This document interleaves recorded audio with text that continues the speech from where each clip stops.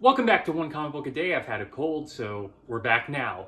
Today we're covering Superman number 35 and the second story in it, Like Father, Like Son, which is actually an insult in this comic. So Clark is on his way back from a story that turned out to be a dud, so now he really needs a story. The bus breaks down in the small town where there's an election being held.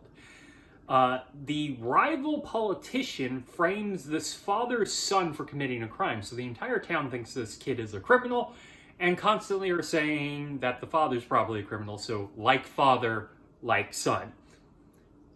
Not exactly all that clever, but that's basically the story, and Superman's almost an afterthought. It's mostly just people like accusing the son or feeling like he's untrustworthy as a father or a politician.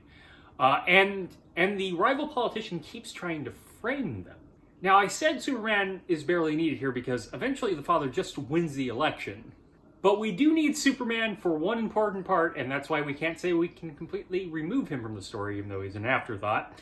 The rival tries to blow up the father and son in a building together, and Superman happens to show up, standing there in the explosion, because he's such a badass, he doesn't walk away from an explosion, not blinking. He stands in it. And he catches them as they're blown out. He doesn't do a great job saving them. He waits till after the explosion to actually do anything. They should be dead, but he saves them.